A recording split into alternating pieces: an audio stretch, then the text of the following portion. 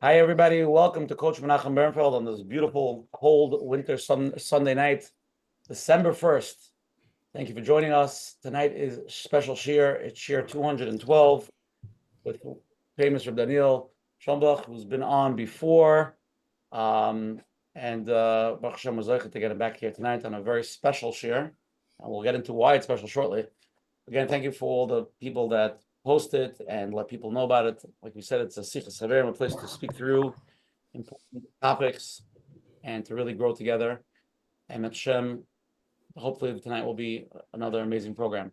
If anybody wants to join our WhatsApp chats, please WhatsApp me at 732-314-1710.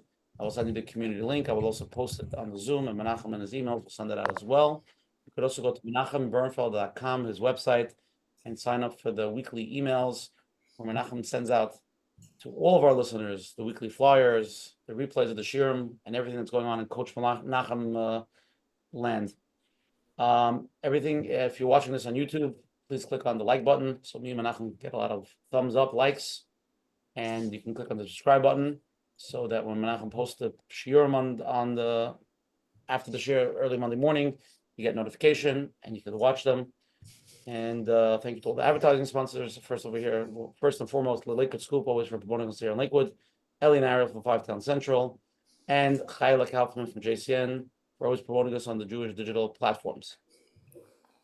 And if anybody doesn't know, every Sunday night on this Zoom ID at 9:30 Eastern time, we have different programs, different therapists, different rabbanim. We've covered a lot, and a lot of things have happened in the course of close to 5 years. Menachem, next week we're going to have a powerful program with a world-famous motivational speaker who travels worldwide.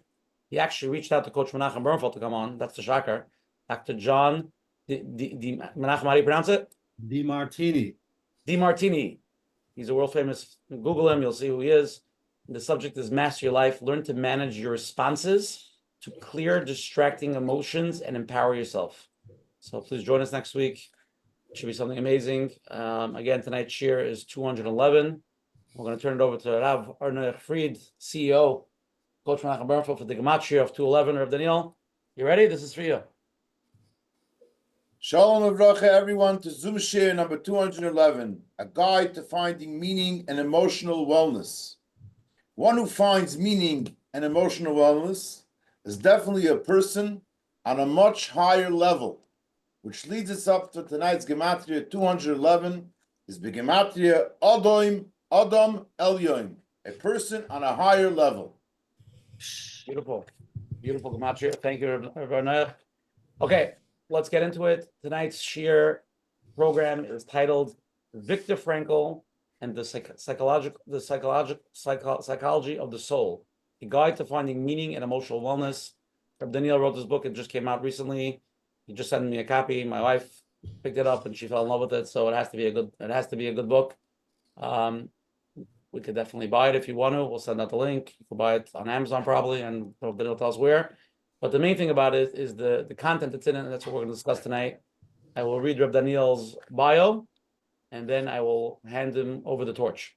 Rabbi Daniel Schonbuch, MA, LMFT, is a renowned psychotherapist who works with individuals, couples, and families. He authored 4 books, including Think Good, It Will Be Good, spiritually based therapy inspired by Viktor Frankl Jewish wisdom, known for his empathetic approach. He helps clients recover from trauma and sexual abuse, improve marriage and intimacy, and overcome codependence, narcissism, borderline, personality disorder.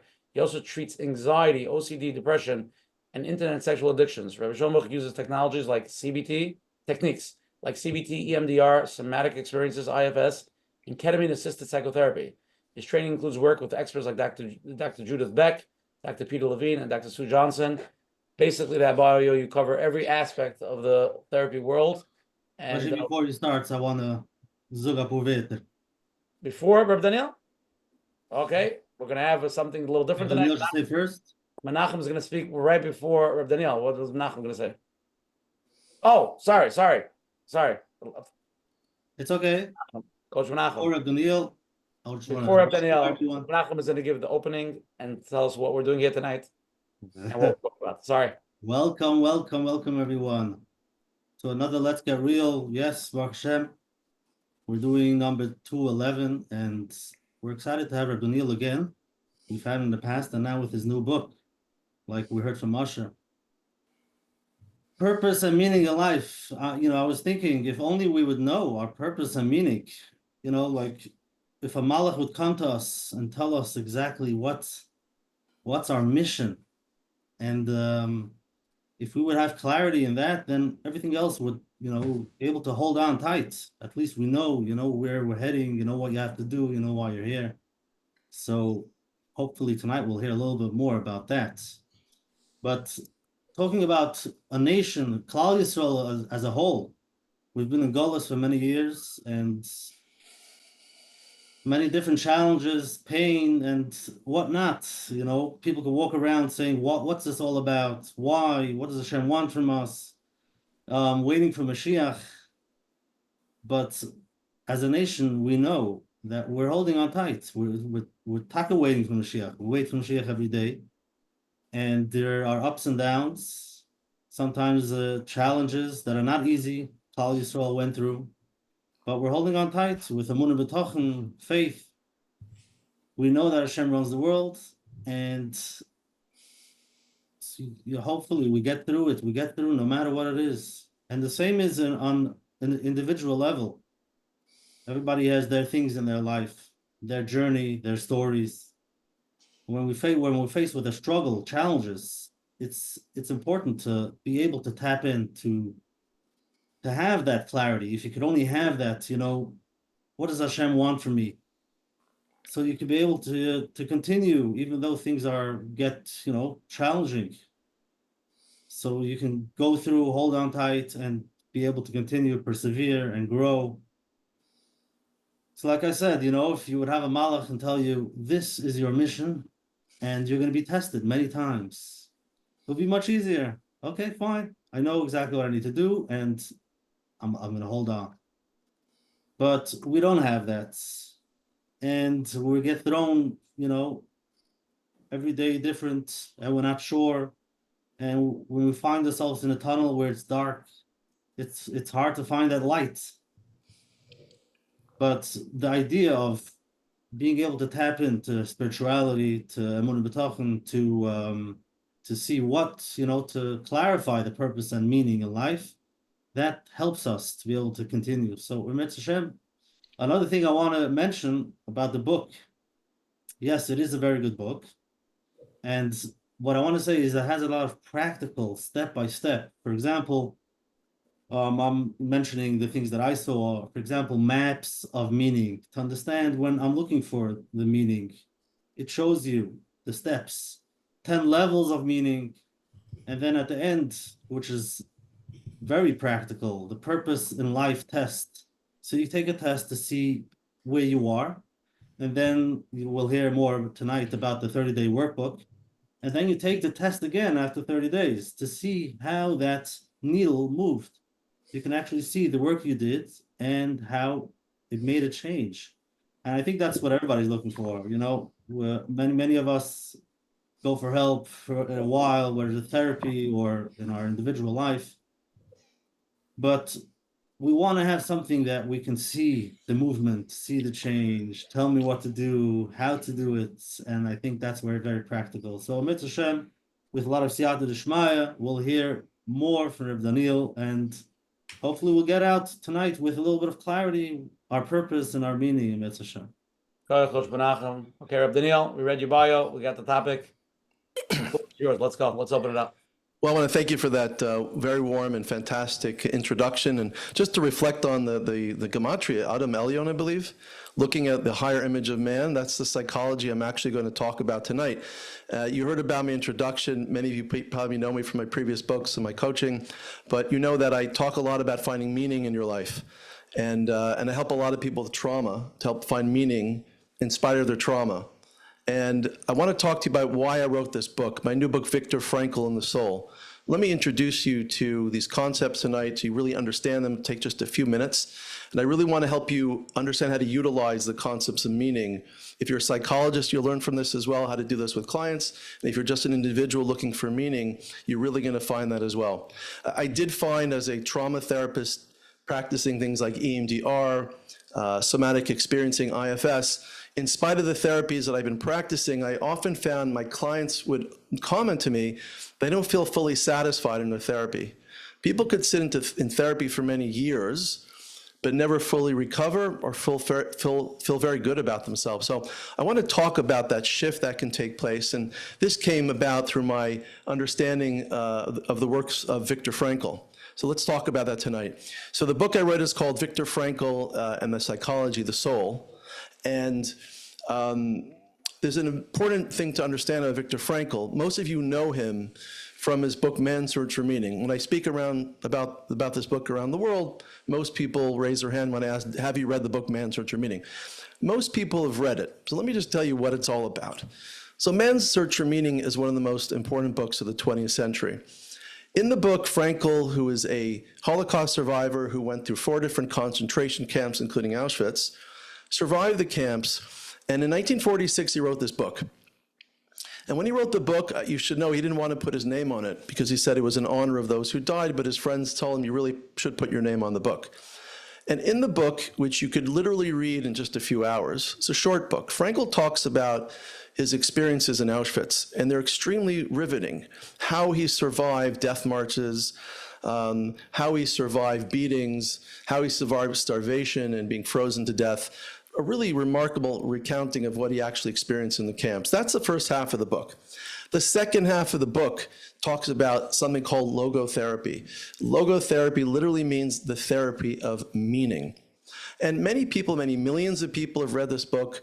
The Library of Congress says it's one of the top 10 books of the 20th century. It's been translated into 25 different languages. The problem with the book, I find, and a lot of Frankl's writings, is they're very philosophical in nature. People read the book inspired about what they learned in the Shoah, how he survived, but don't know how to incorporate his messages in their lives, how to utilize logotherapy. Therefore, I wrote my book to teach people how to really find meaning day to day and in their psychology. Now, you should just know Frankl was deported. Frankl was in Vienna. He was born in Vienna. He was a psychiatrist, a neurologist, very famous. He was deported in 1942. In Auschwitz and the other camps, he lost his parents. He lost his wife. I believe he lost his brother, I heard recently. He was the only one that survived from his family. And that was what he recounted in the book, Man's Search for Meaning. In 1946, he returned back to Vienna after the war, and he wrote the book, Man's Search for Meaning. And that's where he began to take off a little bit. It was translated in English later on. And, but there's reasons why, even though people read Man's Search for Meaning, Frankl's psychology of meaning didn't really take off for many, many years. The reason is that the predominating force of early psychology in the early part of the 20th century was his mentor, Sigmund Freud. He was a student of Sigmund Freud. He was right in there in the 1920s and 30s. In fact, Frankl was a child prodigy. He was a genius. And he was in Freud's Institute, but Frankl disagreed with Freud based upon this idea that Freud believed man's drive was not for meaning, man's drive was for pleasure.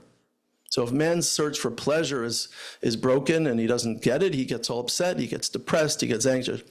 Adler was the second great protege of Freud, and he said that man's drive was for power. Frankl disagreed, and he said man's search is for meaning.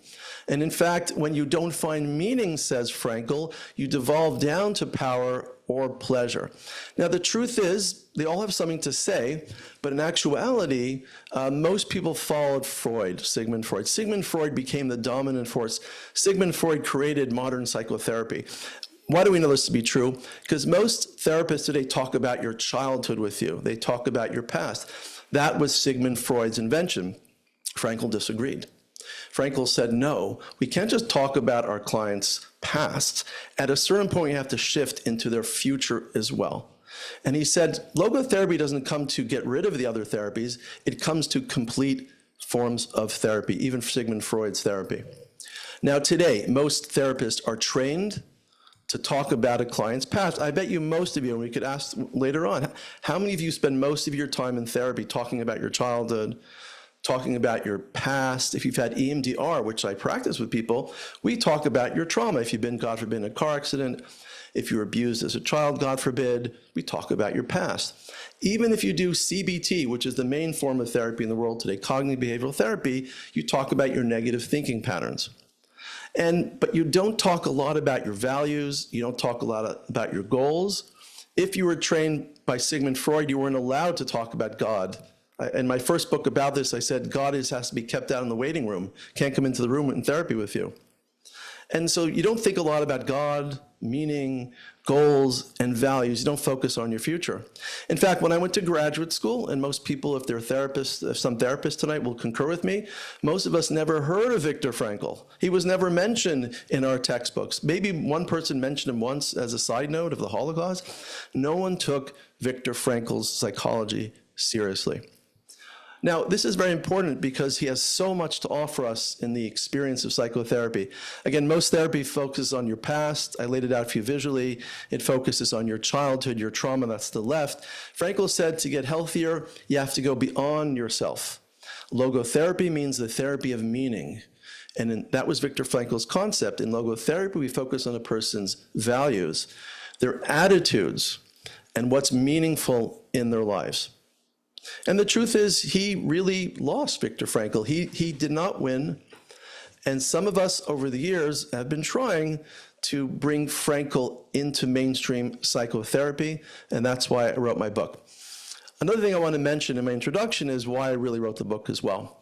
Because there came a story from one of, I believe you've had a guest, Rabbi Y.Y. Jacobson, probably over the years a number of times, fantastic rabbi. He wrote an article about the Lubavitcher Rebbe's relationship with Viktor Frankl, which most of us knew nothing about. Just a few Roshi Prakim about this.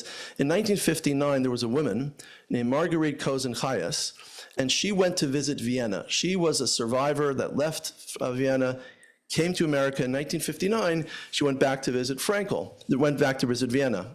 And on her way back, she met the Lubavitcher Rebbe, and the Rebbe said as follows, send Dr. Frankl my regards and tell him in my name that he should not give up. He should be strong and continue his work with complete resolve. No matter what, he should not give up.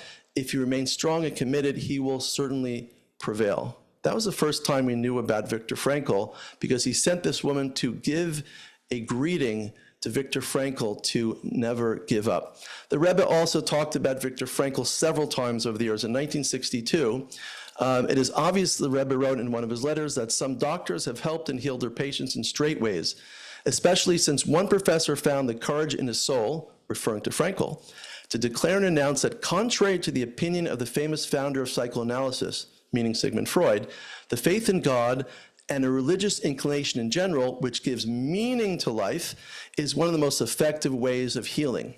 Nonetheless, due to several reasons, this philosophy has not penetrated the mainstream of these doctors. The Rebbe is saying exactly what I was saying. Viktor Frankl's writings never penetrated mainstream psychology. In fact, you don't learn anything about him at all. And one more interesting comment, which really sparked my interest in Frankl. In 1969, the Rebbe wrote a letter to a Dr. Stein Mertz in Eretz Yisrael. He was dealing with a patient with anxiety, and he told this patient that he told this doctor to focus on the patient with the writings of Viktor Frankl.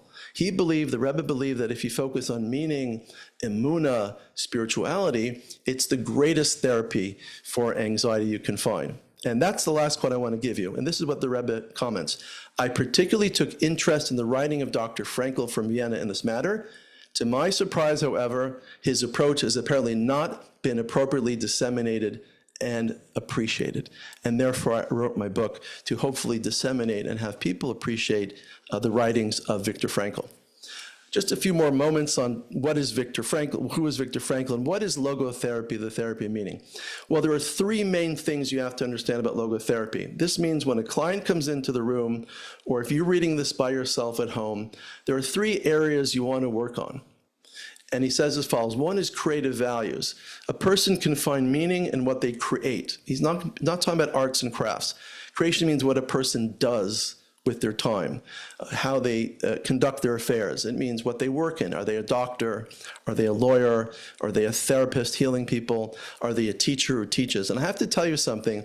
Many people will come to me with, let's say, a depression or feel bad about themselves, and they'll talk about one thing, but what they're really upset about is they don't have a productive lifestyle in terms of their job. They don't feel satisfied in their work. So Frankl says for a person to find more meaning, to find more satisfaction, they have to find the right job. So a logotherapist, we will spend time helping a person maybe retrain or think about finding more meaning in a different profession. How else do you experience meaning? Number 2 is experiential values. He says as follows, there's 2A and 2B. 2A is loving someone. When you love somebody else besides yourself, then you experience a greater sense of meaning. Now, I'm not saying chas v'shalom, you should think about loving somebody who, God forbid, is abusing you. We're not talking about that, but he is saying loving for the very act of loving somebody, when you focus beyond yourself, will give you a greater sense of meaning. That's 2A. 2B is experiencing something. So instead of just talking to a client about their childhood and their past, which may be important, I'm going to shift in helping my clients love someone and experiencing something new in their lives. And as Ushi mentioned, I have a workbook at the end of my book, which has a menu of experiences people may want to choose. I have my clients actually come up with 2 or 3 things they want to accomplish, or 2 or 3 experiences they want to have, and I ask them to try to fulfill those things of meaning in the next few weeks. And I bet you when they do so, they feel a lot better. And the third ultimate value system is, he says, attitudinal values. Sometimes in life, as Viktor Frankl experienced in Auschwitz, and most of us have experienced this too, we come to like a dead end where we've tried everything possible. We can't escape our suffering. We're like what's going on in Eretz Yisrael today. I mean, the suffering for over a year right now. It feels like one war stops, maybe stops, another war starts. It's kind of endless. We're facing what I'd call inescapable suffering right now. But he says, even in the face of Auschwitz, in the face of what's going on in Israel today, we can change our attitudes towards a situation. A person can always change their attitude.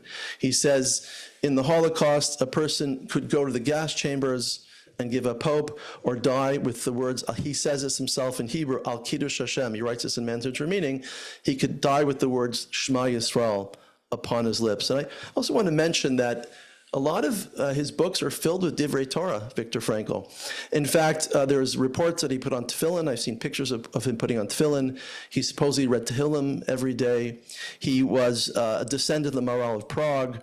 His father was from before World War I. He would say Kiddush Friday nights. There's a lot of Judaism in his writings, and therefore it doesn't surprise me. It's a safe and kosher therapy for most people. So the third value is changing your attitude in a very difficult situation. And one more thing I want to leave you with is a tremendous formula that he came up with, because one of the things we do in logotherapy is we talk to people about their suffering. We do talk about their meaning, but people want to know why. Why am I suffering? And he came up with a great formula. The formula is D equals S minus M. What does that mean? Despair is suffering minus meaning. Meaning, when somebody suffers, God forbid, and they have no meaning in their lives, or they don't understand why they're suffering, they can go into a state of despair, terrible depression, and suicide. But when we help a person find some meaning in what they went through, or meaning in life, they will overcome despair. Now, I'll talk more about this later on, but that's really the basis of what Frankl is telling us to do, to shift from the past to the future, to not just focus on the self, but he believes all healing happens when we focus beyond ourselves. Okay, wow. Very powerful, Daniel, beautiful. Okay, I'm sure everybody has a lot of questions, and we really want to get into it. We're going to take a little break over here and take a poll, and everybody answer the best of your ability. Reb Daniel will review the poll, and then anybody who wants to ask a live question, you have Reb Daniel here.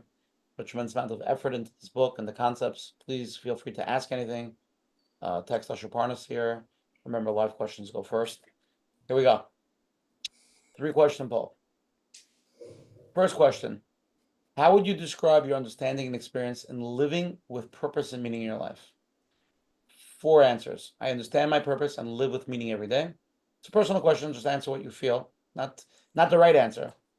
I have understanding of my purpose, but I'm not sure how to live fully. Number 3, I'm still searching for my purpose and meaning. Number 4, I never thought deeply about purpose and meaning in my life. So from those 4 answers, which one resonates with you the most? Second question. If you've been in therapy, what has been the most valuable way it helped you? 4 answers possible. By speaking about the past and gaining clarity on its impact, just like really focusing on the past and trying to clarify it. B, by changing unhelpful thinking patterns and getting new perspectives. C, by becoming clear on my values and finding meaning in my life. Or D, by learning tools to regenerate my emotions and manage stress. Great questions. Number 3, have you read Man's Search for Meaning by Viktor Frankl? Yes, I've read it deeply and it impacted me. A, B, yes, I've read it, but it did not connect with me much. B, C, no, but I've heard of it and I want to read it. Or D, no, I never heard of it before until tonight. Those are the 3 questions. Everybody answer to the best of your ability. Be honest, and we will review the answers with Reb Daniel. 10 more seconds. Hello, Hashifrid.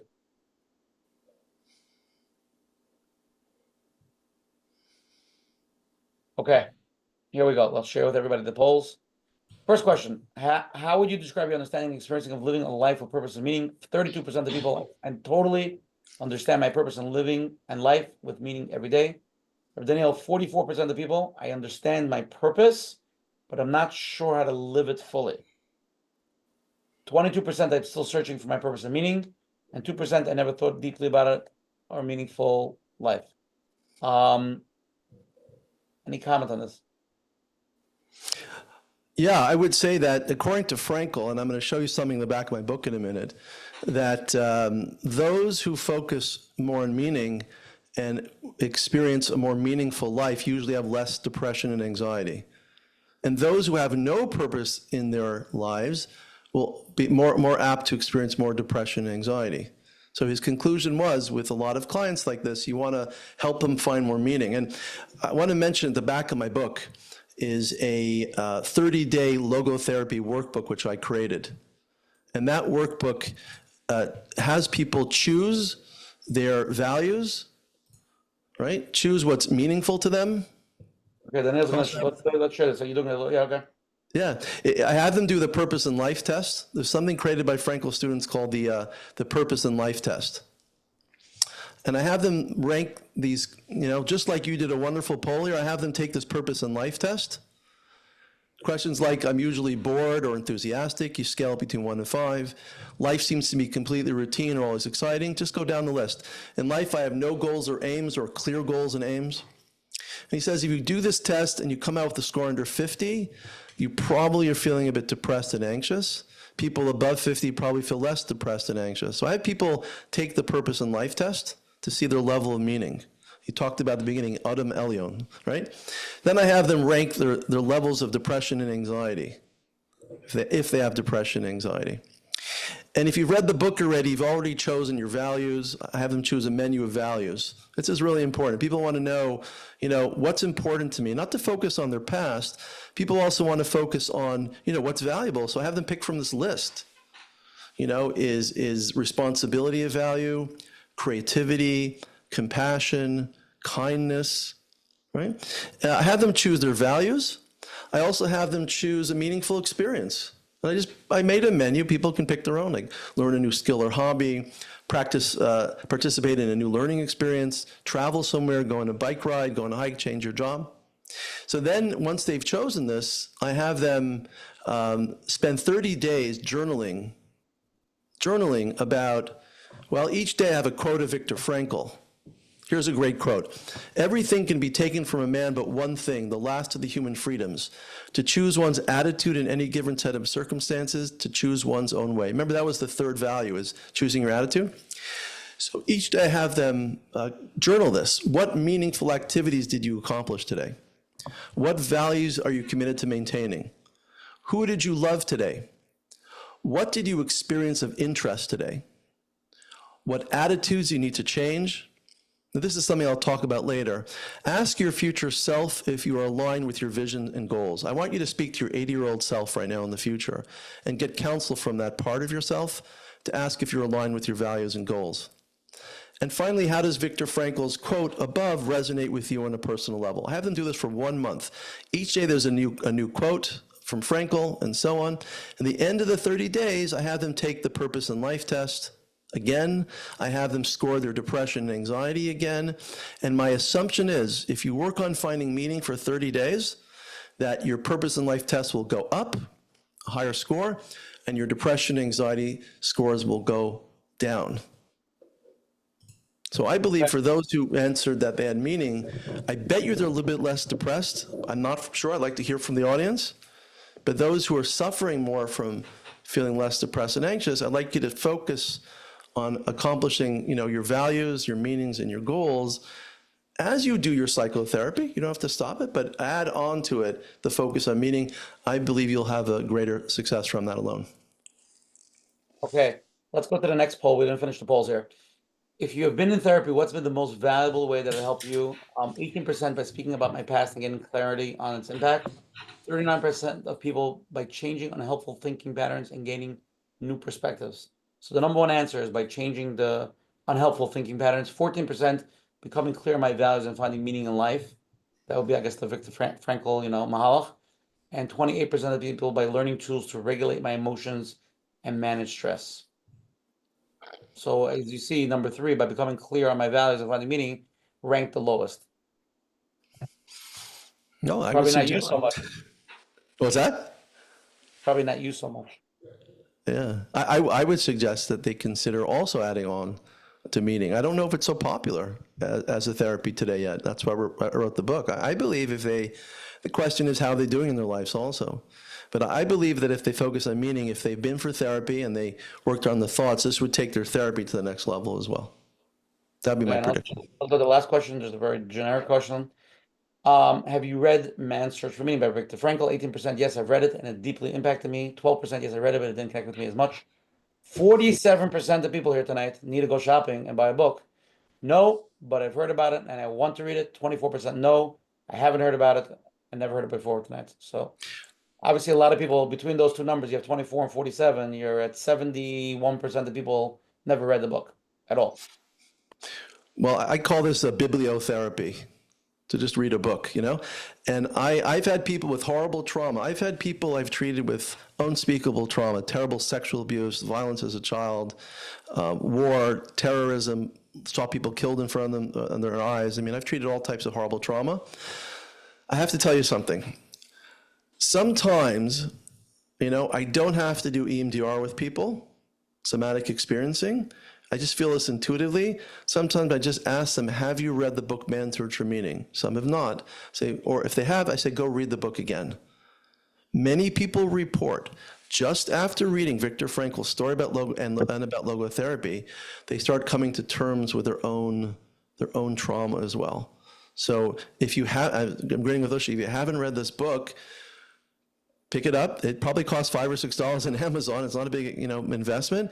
It could change your life. People's lives have been changed by just reading his story because there's something so powerful. It's coming from the man who survived Auschwitz. So he speaks with authority and authenticity, and people say, there's something to learn from what he says. And they begin to find meaning in their suffering as well, as did Frankl in the camps. Okay, so let me read you a question that somebody sent in. I've been in therapy for a while now, and I've noticed that my therapist really, if ever, brings up God or spirituality, even though these are important parts of my life. Is it normal for therapists to avoid these topics, and how can I address this with them? So maybe you can explain why and what your mahalach is. Well, it's a great question. Over 100 years ago, 25 years ago, Sigmund Freud separated God from therapy. If you look at his structure of the mind, he said the id, the ego, and the superego. So where's the soul?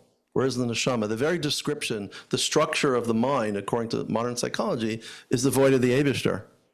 Freud actually believed that the Eibishter was made up by people who were scared. They created him to protect themselves. And therefore he forbid the discussion of God. It was just a mechanism to protect you. Frankl was very bothered by this. I have videos I could show you that very bothered. He said, God is a human reality that people experience. And people need to be able to reach out to God in therapy. But you see, most of therapy taught us to separate between church and state. Now, chas v'shalom, I'm not saying that you go and you preach to your clients about the Eibishter. We don't tell people what to do in therapy. But what if a client wants to talk about God? What if God is a tremendous resource? Let me tell you an incredible story. The Kinnis of Shluchim was here this weekend. Still going on tonight. The banquet's tonight. They have 5,000 Shluchim and their members that came to New York for the last few days. I had with me 2 Israeli soldiers. One of them, he was near Tel Aviv on October 7th last year, and he got a phone call. He ran down to the south of Israel. This is a true story. And he was 16 kilometers from the border at an army base with him and his friends, with their weapons they took from their homes. And he had to fight Hamas for 15 hours to survive. Him and his friends, without any organization in the army, broke into the base, killed the Hamas terrorists, and they got people out that were bleeding to death, and they saved people's lives. So I did some therapy with him. And we were actually talking, he talked about God. He says, I will not understand what happened in Israel a year ago unless God's in the picture. I need to have meaning. I need to know that in spite of what I'm going through, there's a greater purpose in life. And he was talking about this. I can't think of a greater tragedy than what's happening right now in Israel for the terrorists that are, the hostages that are still there, for the horrific soldiers. If 700 soldiers might have been killed, tens of thousands have been wounded. The psychological damage is so severe in people's lives. But he was not a religious fellow. He came to the Kinnis because he wanted to connect to spirituality. And he says, the only thing that helped me was thinking about God when I was down. And then he was called down to Be'eri. He was fighting at Be'eri. He's been fighting in the kibbutzim. He didn't sleep from Saturday morning till Tuesday night. Says he doesn't know how he survived. But what gave him meaning was thinking about God, that God has a greater purpose in this. That's the only way he could survive. So I've seen it in therapy with people. People can talk about God in therapy. If this fellow were to go to Sigmund Freud, he'd say, well, God's a figment of your imagination. It's a fatherly image you're projecting to protect yourself. This man didn't think so. And the one thing that would heal him was not a lot of psychotherapy. He needed to go right to God to get the emunah to survive.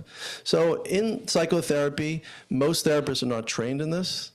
And most people were told the opposite, never talk about God in therapy. In my book, Viktor Frankl and the Psychology of the Soul, I invite God back into therapy. He's okay if he's there.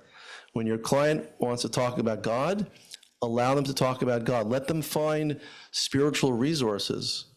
Spiritual resources are very powerful and they're timeless.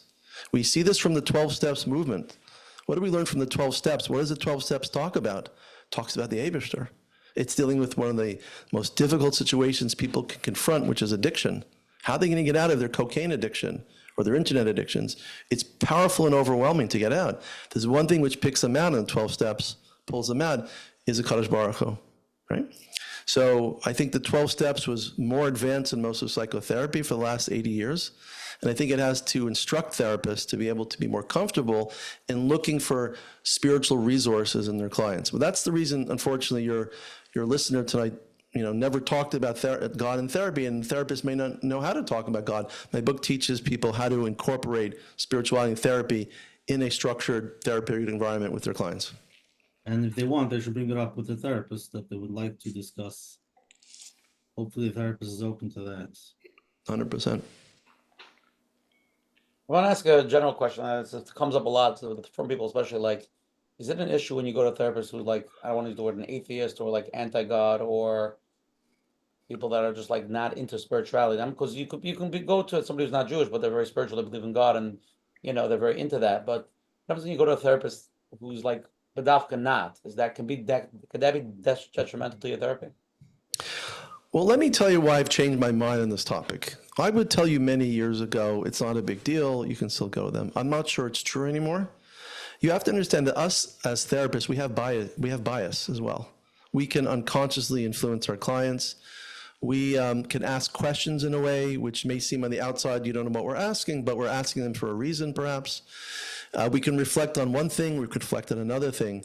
So I think you need to choose a therapist who who's comfortable with you, who's able to talk about all your values and your spirituality as well. If that's your issue, if it's not about that, you can go to them. But if you want something greater, you'd hopefully find somebody that can accept what you're talking about and looks, not more than that, they look positively as it's a positive resource therapy. It's not something to be dismissed, but something to be held on to.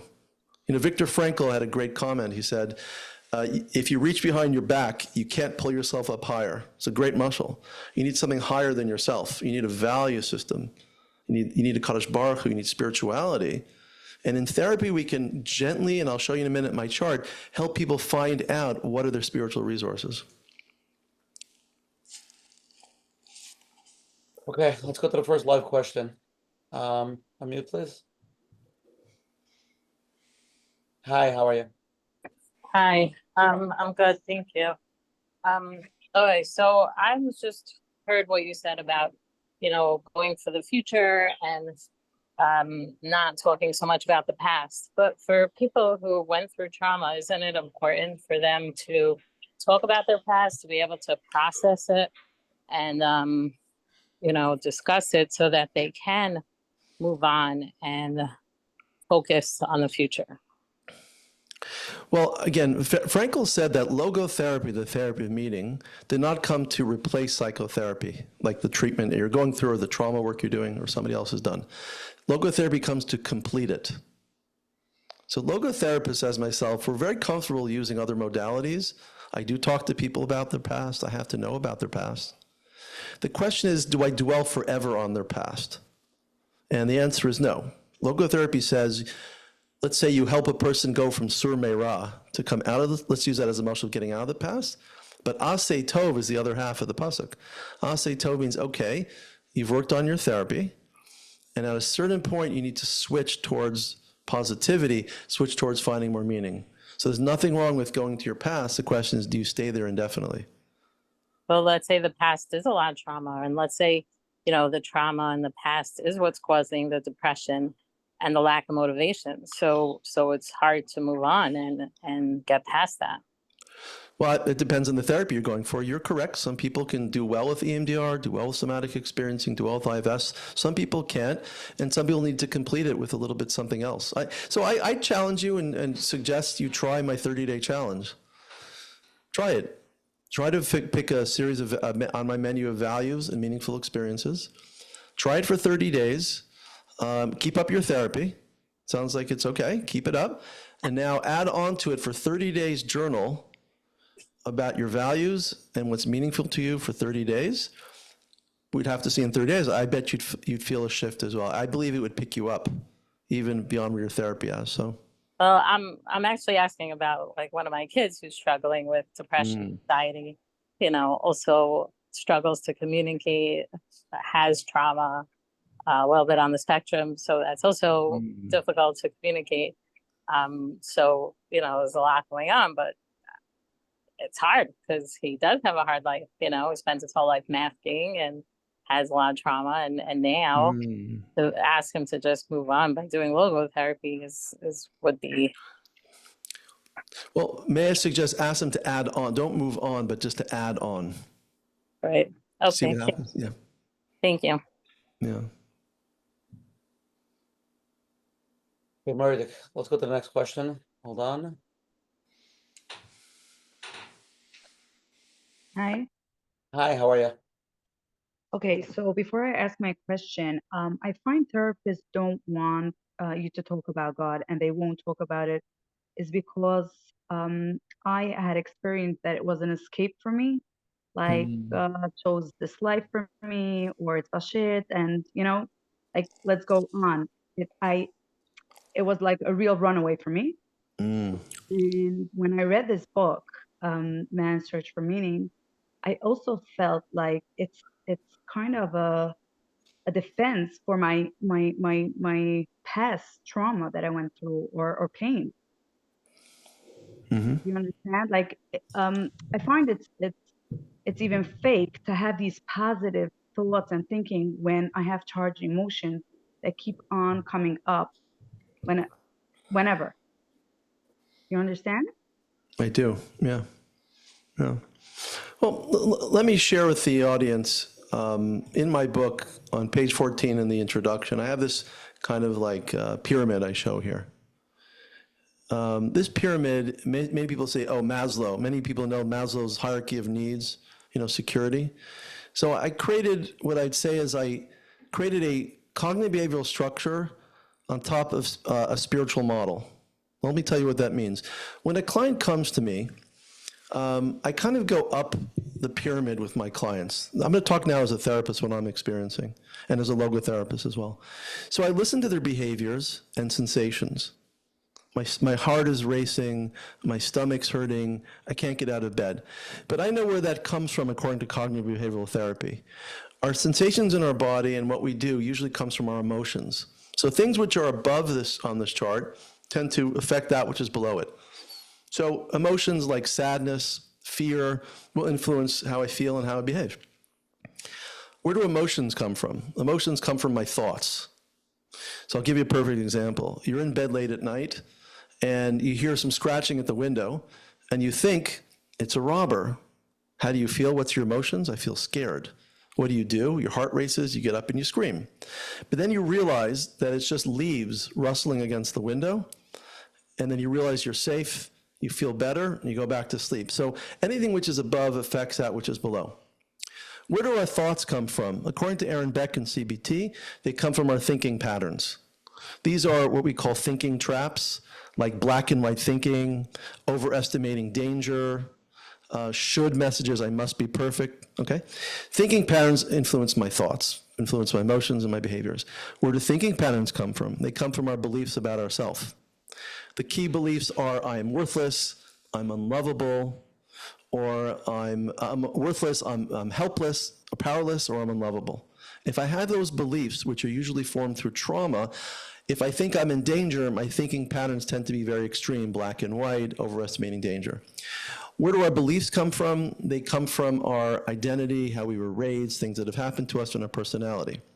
But I want to just digress for 1 second. So according to Frankl, we do need to work on these levels. And perhaps I could talk to you at another time about what you're experiencing, therapeutically. And so we work through these levels. But at a certain point, we also want to shift people beyond those levels. These levels are all towards the self. From 1 to 6 is about myself, my thoughts, my patterns. Frankl says that we need to go beyond ourselves. We need to find meaning. We need to find values, spirituality, and God. So in your case, perhaps, not everybody has to go to the top all the time. Perhaps you have to work on meaning. Perhaps you have to work on values. It all depends on the situation that you're in. So maybe you want to learn how to incorporate certain belief systems and meaningful activities and values, and perhaps in your case, God is an escape. So if that's true, I'd suggest you work on different levels in my pyramid. No, it was, but for now, I find after doing so many years therapy, I did get a great place of being present, seeing what's happening, and it's blissful. So I don't find where does this thing come in with finding meaning? All is good.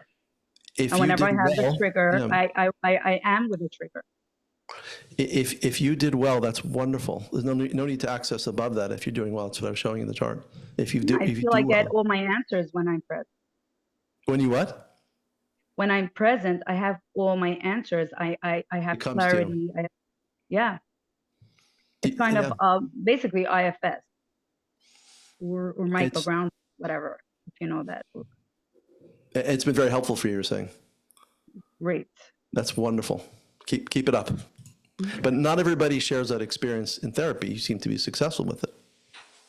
Oh, I thought that's the way. Okay, I didn't know there's other ways. Yeah. Okay, Murray, a lot of questions here. A lot of questions. Let's go to the next one. Hold on 1 second.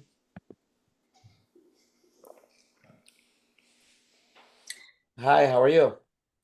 Hi. This is my question.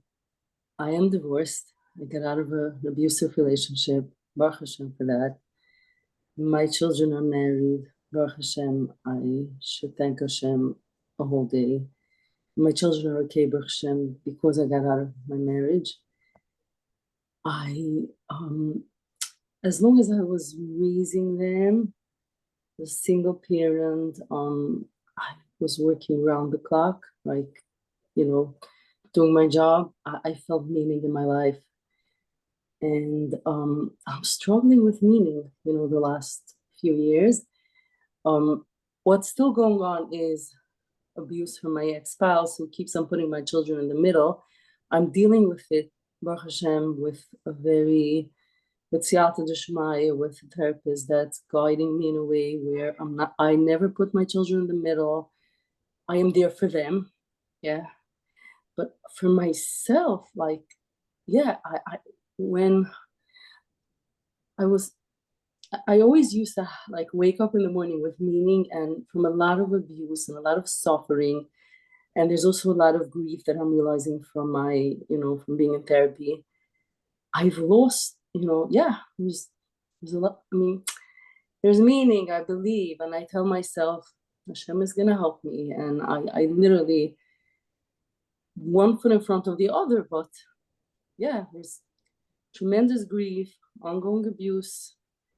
And yeah, it's very hard. I'm wondering if you can help me connect to the meaning that I had. Well, it sounds like you've been through a terrible time. But I'm just wondering for you, Sarah, let me ask you a question. I'm going to do some logotherapy with you. Is that okay? Just wondering. Yes. So just ask you a few questions. And people could follow along with the chart as I'm doing it. You could see what I'm thinking about, Let me ask you a question, Sarah. What were the values or attitudes which help you get through a very difficult situation? How did you get through? What? Doing what Hashem wants of me. Doing what Hashem wants. And that, but it filled me with a lot of meaning, purpose, and simcha. Now, I'm still doing what Hashem wants of me, but I'm in a lot of pain. There's a lot of grief. And I tell myself, this is how I talk to myself. I tell myself, you can Chas v'Shalom give up, or you can continue to believe that Hashem has the ability to help me and, continue forging on. But the meaning and the simcha that I used to have in my life is gone. I mean, I got hurt from very, very many people, and I still have people in my life who, I mean, I don't look at myself like as something.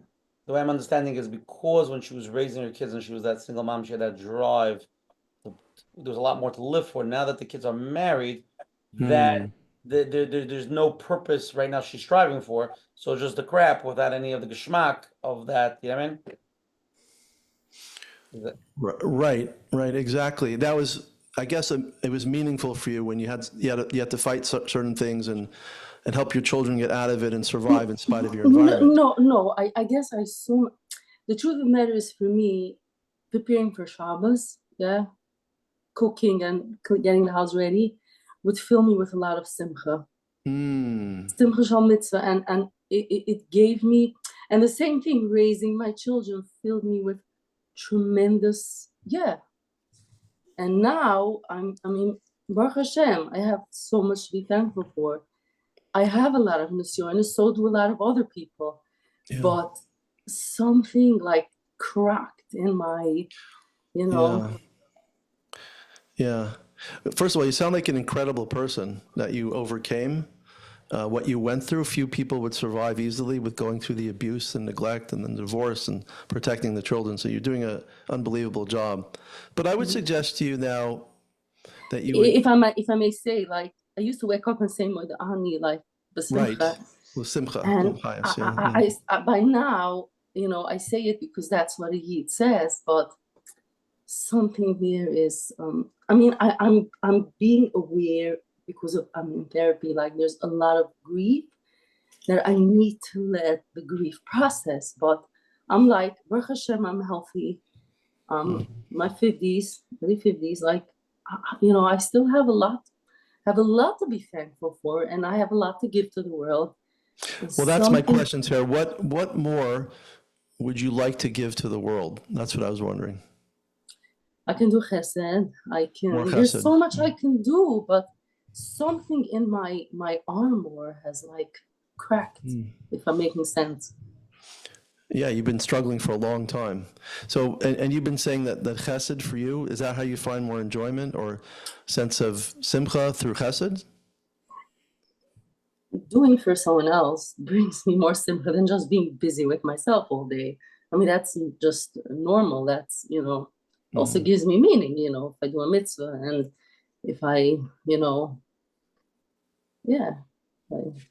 But what I'm saying is, it used to be even under very difficult circumstances that there was meaning.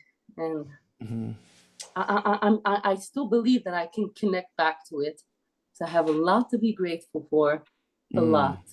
You're saying the same thing. You're not being clear in your question. So let me see if I'm making it clear.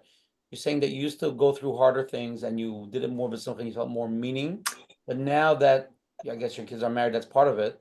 You feel you're saying the words, I believe in Hashem and Hashem's amazing and it's all inside and it's all great. And we're mimicking and we're parroting the words, but you don't feel it inside as much. Okay, what just jumped into my mind was that the connection that I had with my children that filled me with a lot of joy. I still have the connection with Baruch Hashem. They're busy with their families, and this is how it's supposed to be. I'm not looking into marriage because I've not gotten over all my traumas. It's the abuse, it's the something there that is literally holding me in chains. Yeah, that's really difficult. Again, what you've been through, I don't want to make light of it because few people could do as well as you've done. I think that's incredible. But the answer, according to Frankl, at a certain level would be, okay, who else can you love? Who else can you connect to? What else can you do? And I think, again, if you listed your values and listed, meaningful endeavors, things that you could experience, make a menu of those things. I'd like to see what happens if you did that for 30 days. I just wonder what would happen if you journaled it. You chose a certain new list of goals, people to connect to, and see what happens. It may allow you. I mean, Frankl did say, he was a very famous quote, he said, happiness cannot be pursued. It must ensue. To the degree that you connect yourself to a task or a meaning, happiness will follow you. So I'm just wondering what would happen if you indeed did focus on a new set of values, a new set of meanings, something you haven't experienced perhaps, you would take a chance with. I'm wondering to see what would happen if you tried that. Well, this is why I raised my hand, because I'm thinking to myself, I had it in the past where I would wake up in the morning extremely grateful. Right. And why shouldn't I have it now? I have all the reasons to live a happy life. Right. It sounds like very complex. It sounds like trauma. It sounds like things hold you back that you want to let go of a little more effectively, correct? Right. And, somebody like myself would work with you. We'd keep on, and again, pointing out your strengths. I'm just wondering, the strengths that you had to overcome the difficulties in your marriage, for example, and raising your children, where did those strengths come from? How did you do that? From meaning, from believing that, and doing it like the simcha. I think that's what kept me. That I could say, like, I see it in my children, Baruch Hashem, it was the simcha that I had, that, how precious, and how happy I was. It was just being a mother and doing what's right. Yeah, I believe I could still have that. Do you believe if you're involved in new meanings, new values, new behaviors, that would bring joy as well? Sure. If you tried it? Sure. What's that?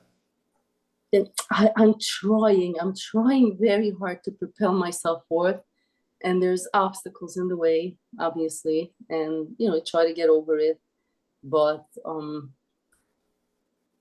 I'll tell you, after having this conversation with you, something in me now lit up in terms of feeling maybe it's still possible, because correct. I had it for I had it all these years. Yes, there was a lot of nisyonos, I can stay stuck, but I don't want to stay stuck. Yeah, there's that spark in you I just noticed, right? Yeah, That spark yeah. in you. It got like I feel it more now from the conversation. Like maybe there's a hope. Why shouldn't I be a happy person? I have everything. I agree with you. Everything to be Why happy shouldn't you for. be a happier person? Correct. You have tremendous values. Not only have tremendous values, Sarah, you have tremendous strength, don't you? Yes. In yes. spite of your environment, you're able to rise up from your environment. I'm just wondering, how do you do that? It's your values, right? It's my values, yeah. Yeah, and when I start talking about them to you, right? I'm not talking about your trauma, am I? I didn't talk to you what happened with your husband or your kids. I'm just talking to you about your value system. I'm talking about your strength. I mean, logotherapy, we're very much into positive focus. I didn't talk to you about your past. I just kept on reviewing with you your value system, your power, your strength and encouragement. And you just said you just feel a little bit better, right? A little bit more hopeful. Yeah, that's what I was predicting. Yeah. That's why I raised my hand. Yeah, thank you for sharing that. Daniel, I would ask you, where would you give space for grief? Because it sounds like, I don't know.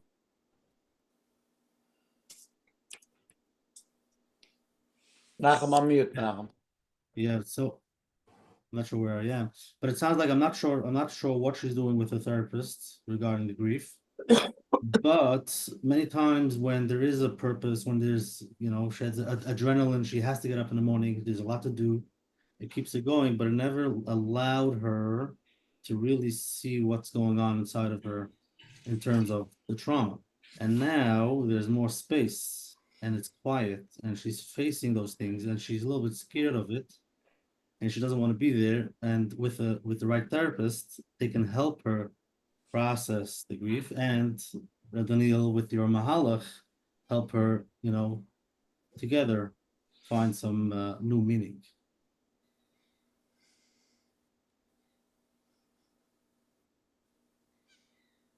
Well said. Very well said. But Daniel, somebody said, sorry. I would tell her to go to her therapist and discuss, the grief. It's part of it, and it makes sense. It does make sense. So I also suggest you read the book. Have you read the book Man Search for Meaning? I'm muted, 1 second. Oh, she's muted? I'm mute. I haven't read it, but Bezras Hashem, I plan to buy it and read it. I'm interested to hear back from you if it's helpful. I found a lot of people that went through the level of trauma you went through, reading his story, reading about logotherapy. It's very inspirational. It gives greater hope to the person, and that's where the healing takes place, from the hope. So good luck. I already feel a tiny more connected to what I want to be connected to. Anyway, thank you so much. Good for you. Thanks, Pleasure. Coach Menachem and Usher, and Thank you. thank you enough. Daniel, somebody says they want to add on to this question, so unmute. Thank you so much. Sure. No, I just wanted to add to Coach Menachem's question really about space for grief. If someone, let's say, is doing okay, they went through whatever it is, and right now in their life, they're doing fine. They're triggered by certain things, but they are doing fine. They never revisited their past. They never processed their trauma.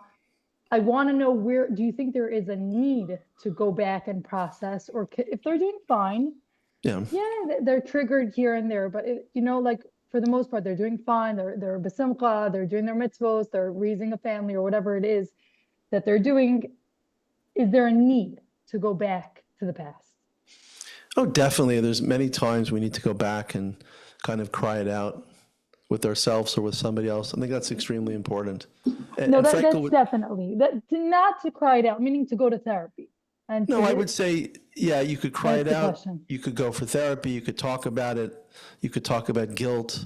You could talk about grief with somebody. We know there's 5 stages of grieving. The initials are DABDA, right? There's denial. That's the first state. There's anger at the situation.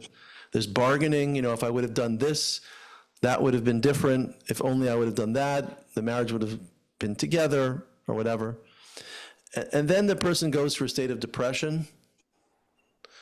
And then they emerge from depression with a state of acceptance. So there is a pathway that we talk about in therapy, helping people get out of things.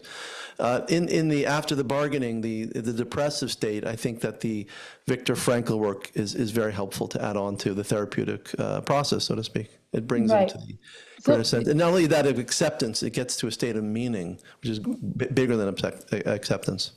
Is there a fear? I'm a therapist, so I'm asking about someone I know. Is there a fear of going back into the past, opening up the can of worms per se?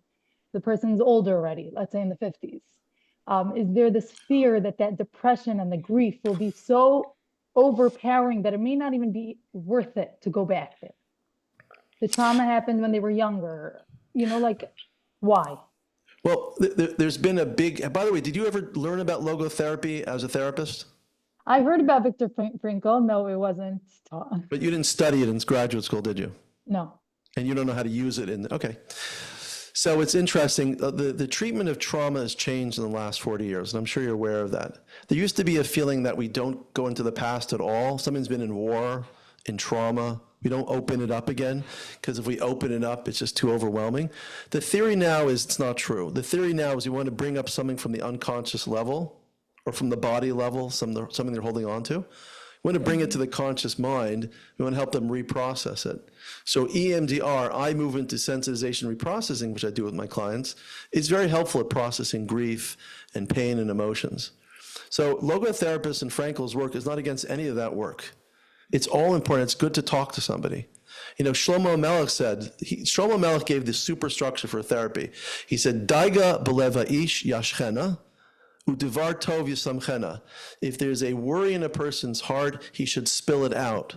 So there's no question. If the Torah says it, it's the right way to do it. You can talk to somebody about what you're feeling. It's wonderful. I'm not against that. U'devar tov yisamchena is like logotherapy, but a good word will make them happy. Right? And so I just think there's room for processing. No one's against that, including logotherapists, but there's room to go beyond that. Udvar tov yisamchena, and that's what I'm referring to in the book. So what you're mentioning regarding an older person, saying everything is good, everything's fine.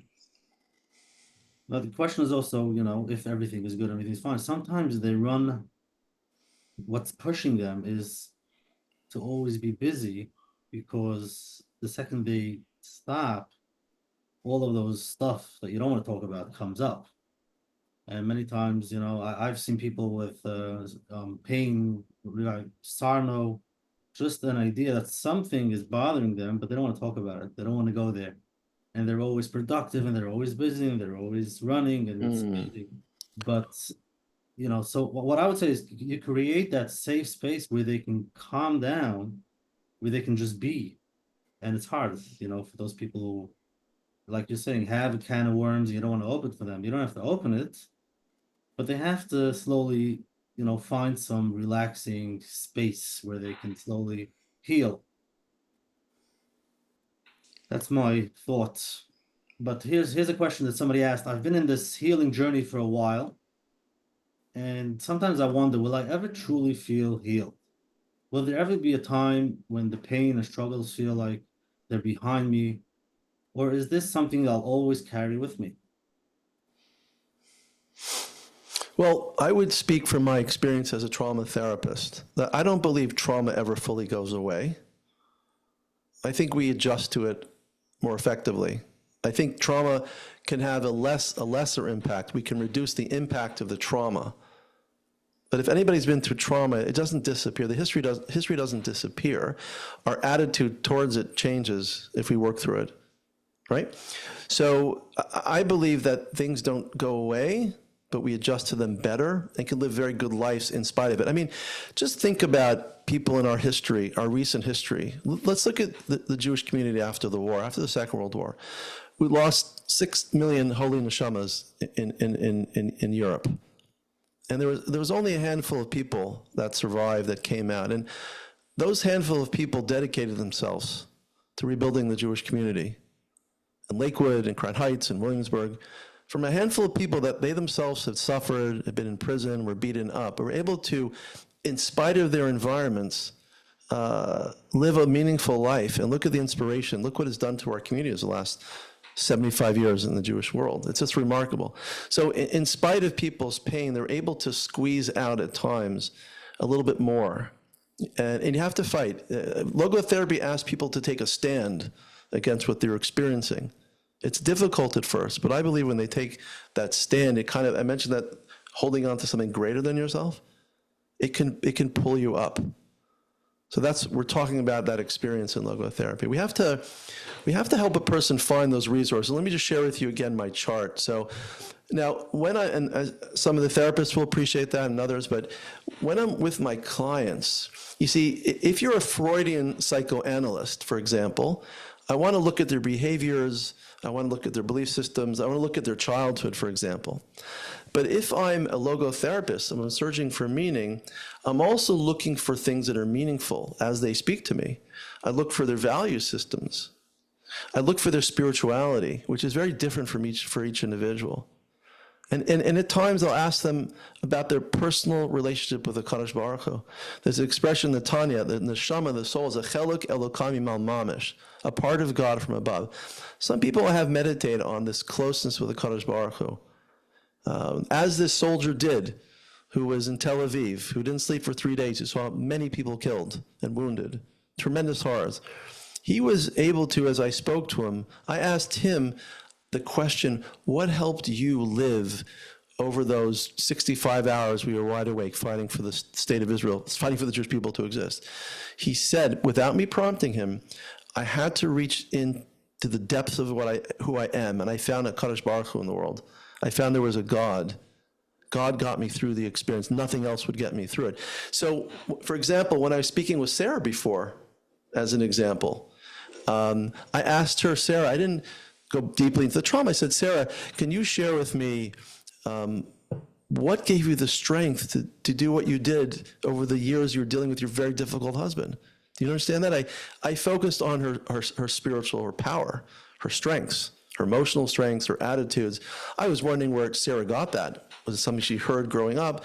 Was it a parent? Was it a cousin? Was it one of the Gedolei Hador? How did Sarah get that strength to overcome what she even overcame? That's what I look for. I teach in my book. The therapist needs to be able to look for those higher spiritual resources. And I usually find them after a few minutes. They're right there. So instead of delving indefinitely in the past, I want to shift towards their higher resources. I know when they leave my office, and I'm not talking about the trauma anymore, if I focus on their values and meaningful activities, they have something to take with them after psychotherapy, something to do. So I think it's also very powerful for them. Mm-hmm.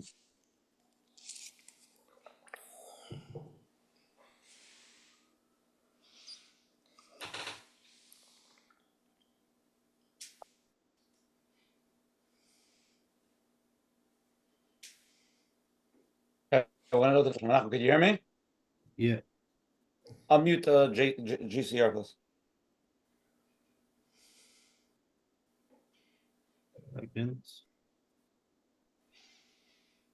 Yeah. Which one? GCR. My computer just frozen. Oh, got it. Hi, how are you? Hi. First of all, thank you so much for this amazing share. Thank you, Coach Menachem. Thank you, Asha, and the team. I'm just curious. My question is basically, after having been in therapy for like over a year now, healing from childhood trauma, I'm getting this like it's a clarity that like the trauma that I went through until now, it defined me and it owned me and it like took control of me. And now like there's this like part inside me that is feeling like it's because of the healing that I've done, it's not owned, it doesn't take control of me in that way. And I'm starting to, just in the past few weeks, I've like reflected and I've started to think to myself, like, you're not if you are not your trauma, then who are you? And it's an experience like I haven't really experienced before because I've lived with it for so long. So like, if I'm not my trauma, then who am I? And nowadays, like, I'm waking up in the morning and I'm looking for meaning. I'm looking for some connection, but I don't know how to take it from here because I haven't experienced it for so long. It's like, I'm just wondering, like, where do I go from here? And I know that if I don't sort it out or find an answer soon, it'll just kind of, you can take this in two directions. You can either go up from here, or you can go down from here. And I prefer to go up rather than down. And another aspect to it is having not been connected to, like, being disconnected to Yiddishkeit and Hashem for so long. It's like, how do I reconnect? You were disconnected for a while, you're saying, during this traumatic period. During the healing. Well, Yeah. So can I ask you a question, GCR? What was the turning point in your therapy? You don't have to share what happened to you, but what was the turning point in your therapeutic process where you began to, as you said, realize that you were not your trauma, that didn't control you? What was it? A change in your thinking? Was it an attitude shift? What enabled you to do that? I was like working through the negative beliefs about myself. It was your belief systems, right? Negative beliefs. Yeah. Could you share with us what was the negative belief and what did you replace it with? Feeling like I'm unlovable and I don't deserve. I don't deserve unlovable. What did I replace it with? Is also feeling like tainted and a piece of garbage. Replaced it with that I'm a neshama. I'm saying you're a neshama. I'm good. Yeah. And how did you do that is my question. How did you make that? What was that resource within you? What did you reach into? What emotional, spiritual resource did you reach into to make that shift? That I'm a nefesh el kamimal. What did you do? What did I do? Where did it come from? Actually came from listening to many of Rebbe Wauer's classes. Rabbi Jacobson. He speaks the whole time about this. So yeah. Right. You listened to Y.Y. Jacobson. Yeah. And how did that add on to the therapy? Was that the therapy? Was that your healing from him? Or were you going through therapy at the same time and listen to Y.Y.? Yeah. Same. That's incredible. Do you remember one idea which you could say was pivotal from Y.Y. Jacobson? Because you said you listened to many Sherm.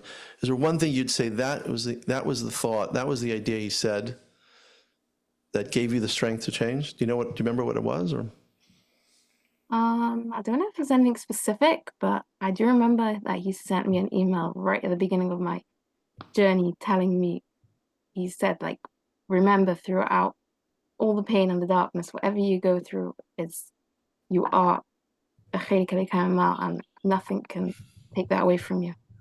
And I tried to keep my message throughout. Right. To have it in mind, but obviously I didn't always. If you look at my chart, he went right to the top with you, didn't he? Yeah. In my book, Viktor Frankl, The Psychology of the Soul, I quote on the chapter on God in therapy, "Chelik elikam mamish." So I'm glad to hear that. It's very informative to me to hear, confirming to me that your shift happened by spending a lot of time listening to Yossi Jacobson, correct? Y.Y. Jacobson? That was the shift, so to speak, correct? That was the shift. That's really wonderful. So that's exactly what I'm talking about. You were able to make the shift when you were able to reach into that highest part of yourself. Mm-hmm. That's what helped you break through. Good for you. Yeah. Now, all I've done in my book is describe how that happens. This book describes step by step how you get to those levels. I go through each level in my book, from behaviors to emotions to thoughts, all the way up to meaning, value, spirituality, and God. And you know, I didn't mention it before, but I talk about a lot of people that went through trauma in my book. Rabbi Yitzi Horowitz, he's the shliach in California who has ALS, Lou Gehrig's disease, and he lies in his bed writing Divrei Torah with his eyes. Wow. And I don't believe he was able to do that because he went for therapy. He was reaching a spiritual resource that he has a meaning to fulfill in spite of his environment. He was able to access a level of spirituality, depending upon, I always talk about this, depending on how low you go is how high you have to reach. Somebody falls in a pit, Sigmund Freud would try to find out why you fell in the pit. Frankl would have you focus on how to get out of the pit. So depending upon how deep the person's trauma is, I often feel they have to reach even higher. So Yitzi Horowitz is an example. I have a woman who had a stillbirth, who went for therapy for years, and she was still feeling miserable. And I helped her get in tune with her need to help other people. And she formed an organization to help other mothers with stillbirths. And she started feeling better. I have another client of mine, I changed the situation, of course. He was very depressed, he was addicted, this addiction and that addiction. It took me a year and a half to get him into a 12 steps group, and he finally did, And, but then he was just miserable in his job. So I said, well, what would you do? Why don't you just dream for a minute? What would be a much more meaningful life for you? And he's making good money and he was pretty successful. I said, what would be a more meaningful life for you? And he said, I want to work with teenagers. I want to give up my job. I want to go traveling in South America. Not a frum fella. I want to go traveling. And I want to help teenagers. I want to play music. He had some resources to do that. He quit his job. He went traveling. I saw him a few months later. He came back, started volunteering, working with teens, inner city teens. Says he's never felt so happy in his life. He was having a crisis of meaning. What Frankl would call creative values. He didn't know what to live for anymore. He was very successful in his business. He had no meaning in his life, and he was terribly depressed, going through all types of therapy. I helped him find out, without bias, what would be an idealistic change. What would he really want to do if he could just kind of dream? And after a few months, I helped him do that. He went off and did it, and he came back. He was really happy. Reduction of depression, reduction of anxiety, reduction of his addiction. He's doing quite well right now. So good for you. And other people are examples of how they're able to find these resources. And I think in therapy, we need to help people find these resources. But most therapists are not trained to think about what I'm talking to you about right now. They don't look for these things. So what I hear is in the beginning of her journey, YY sent her an email, which many people starting their journey, when they get that email, sometimes they can't relate to it. It sounds very spiritual, sounds like amazing, but they're deep down in the dumps, and it's hard for them to really connect to it. And with the therapy that you've done and being on the journey of healing, you're always able to connect back to that email that you got from that beginning email, that you understand that you're not what you're going through, and eventually you'll get out of it, or you'll be able to distance yourself. And now you're in a place where you're, in a way, feeling, Baruch Hashem, things are much better, but in a way you feel empty because you have to start from fresh. Who am I? Who is God? What am I looking for? Where am I? Where am I going from here? GCR, are you currently working now, or a student, or? Working, yeah. Working. Are you happy in your job? Very. Baruch Hashem. You're happy in your job. But I want something more of life. There's something I'm missing. And if you could dream, we all have to work and make money and take care of, family and the son. If you could dream for a moment, what would be some of the meaningful experiences? Let's say you had all the money you needed for this. What would be some of the meaningful experiences you would choose to do? Number one, working with struggling teens. You would work with struggling, just like the story I told you, right? But I can't do it because I am one. I'm not healthy enough right now. But you would like to help other people, wouldn't you? That would be something of value to you. That would be an experience which would bring a lot of joy, wouldn't it? Helping others? Yeah. That's wonderful. So let me suggest to you, challenge you, confront you with a task to pick some meaningful experiences. I do list them in my book. up above. Let me challenge you to find some of those meaningful experiences. I don't want to give anybody epilepsy, or so let me just go on my own, but why don't you go ahead and see if you can access something which you haven't accessed before, and just see what happens. Meaning, I'm trying to understand. Pick an experience that you like to have, whether it's learning something new, helping somebody. You're saying teenagers Right. at risk, perhaps, maybe a Shabbaton, maybe in a small way, maybe organizing a group to help them, whatever it might be, maybe peer-to-peer level as opposed to, being an adult working with them. Maybe it means taking a trip somewhere. Maybe it means learning some new skill in life. Right. I'd just like you to dream for a moment and see, what would you do if you had all the time and money in the world? What would be more meaningful for you? And then go ahead and do it and see what happens. Got you. Keep on dreaming. Keep on dreaming. Hopefully, Thanks. step by step. The Mitzvah Shem. Yeah. Thank you. Good luck in your journey. Sounds very inspiring. Thank you. Daniel, also a question is, Viktor Frankl or other people, they were with Viktor Frankl. He writes in a book that he only came to this realization when everything was gone. He was in a very, very deep place. I'm just thinking, is it that he didn't have any other option? He had to, well, the other option is give up. So I'm wondering, do people have to get to that space of really rock bottom and then see, life is so meaningful? Or we can find it without? Emir Tashem, we're zeicha to find it without going to Auschwitz. I'm just saying, But who's to say, who's to say, I say this very respectfully with a lot of humility, who's to say that Frankl would have had the worldwide impact that he did if he didn't go through the concentration camps? That's what I'm asking. That's what I'm trying to figure out. Is that where people have to get to have the impact? Because I know many people, like your example that you said, Yitzi Horowitz. Yitzi Horowitz, yeah. It's, Hashem should give him a refuah shalema. Amen. But the question is, he's in a place where he sees the world from a different place than us. Like when we have, we're dabbling, we're trying to run away from our problems.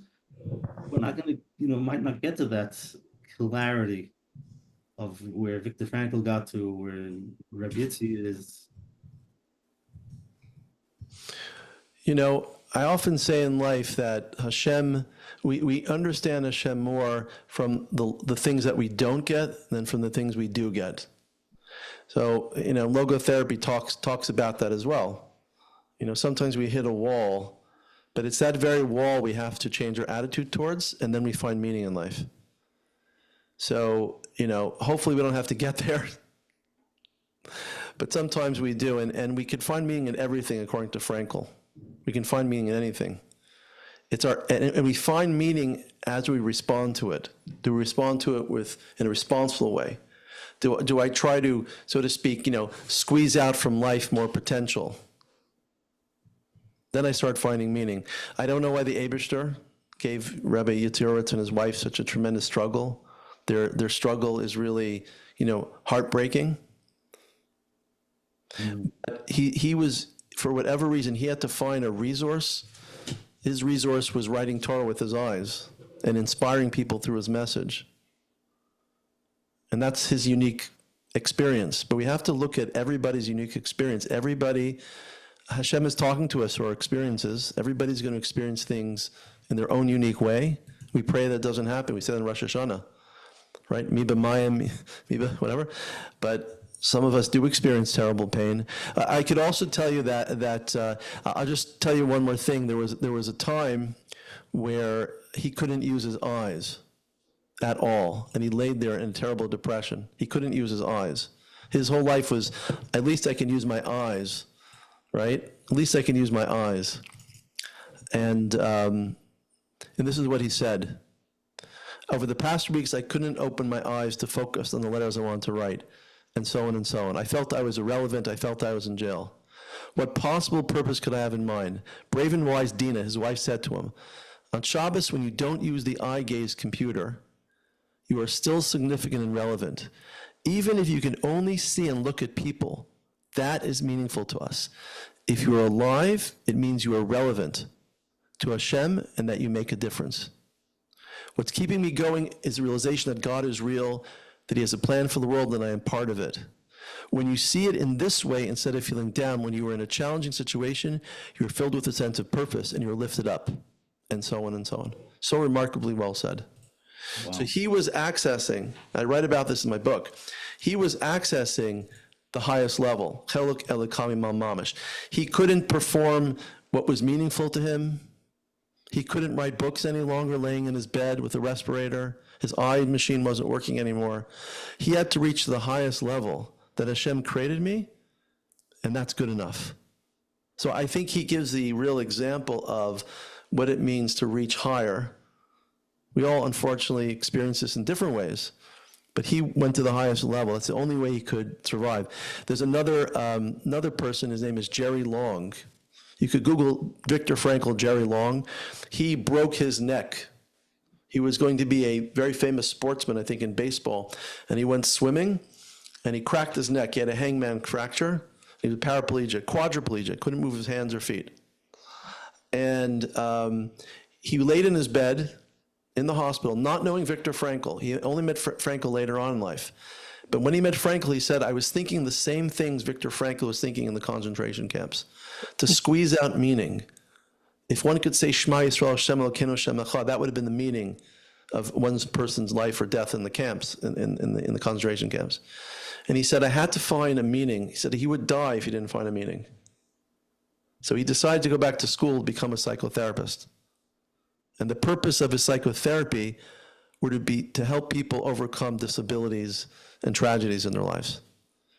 And he came to a conference with Viktor Frankl, and he talked about it, and he finished with these words, I broke my neck, but it did not break me.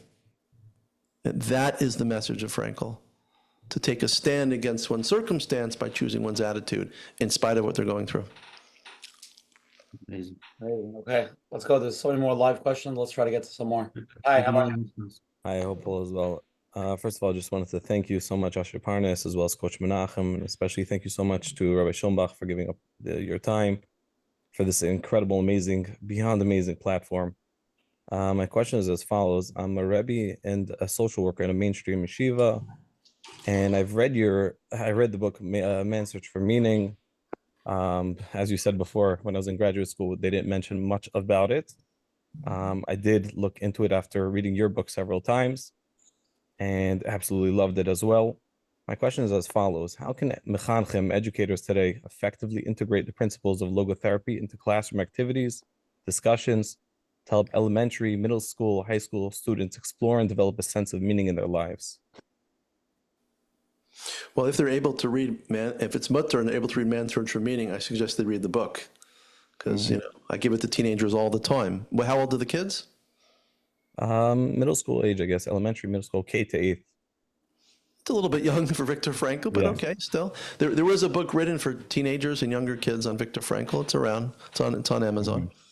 I read into the story. I talk about how to change one's attitude. I think that would be inspirational to talk to them about it, how he was able to change his attitude in the concentration camps to survive. That'd be one. Two is, I'd ask them to see if they can access and carry out some of Viktor Frankl's values, like loving someone. Who could you love in your life? Who can you give to in your life without expecting anything in return? Maybe it's a grandparent. Maybe it's somebody who's poor in the community. Maybe it's another kid whose parents are divorced, and you could take him to shul with you, or daven with him, or be a little extra friendly to him, or give him some candy. Have challenge kids to find experiences of loving other people, giving to other people, and challenge them to find other meaningful experiences also in their lives, to decide what they are and help and encourage them to fulfill them. In the Torah world, at least, it would probably be learning more or taking some new task on of learning or some new experience. So I think there's a lot to do with them if you just offer them that menu and ask them also the question, is there some attitude that they could change that would make their life better and work on changing the attitude? Like, what would that be in their life that would make them happier? So there's plenty to do. You just have to bring it down a few levels to them and kind of, I think but it's a wonderful idea. I think they'd really enjoy it. the first step is the Rebbe should know the language, what we're looking for, by reading the book. And eventually they can talk that language in the classroom. So thank you so much. Okay, let's go to Orit. How are you? Hi, good evening. Thank you very much. Firstly, I adore the book. I did read it a number of years ago. My question is this concerning meaning. I noticed that Rabbi Schonbuch, your list at the start of the program included a whole list of meaningful activities. And in that list, there was sports and leisure activities. The reason I'm asking about the placement of the sports and leisure activities is this. We tend to, I think as a Jewish frum community, meaning is you're taking care of your family, your home, getting ready for Shabbos, your work, chesed. I don't see how the athletics fits into meaningfulness. And I'm not downplaying the importance of athletics. I am involved with fitness and athletics, but I want to understand this, how you place, and I'll tell you just to cap it off why I'm asking this. If you look at someone whose children are already married, adult children, a single parent or a widowed parent, someone who may be entering retirement, someone who might be on sabbatical, then you have that space of time, that quote unquote time to fill. So how do you justify that playing pickleball is going to be meaningful? I just want to have an understanding on this so that we're not 24/6 doing chesed, meaningful learning. How do we carve out that leisure and justify it as meaningful? That's I want to just add on to a question. Is there a difference between meaningful and self-care?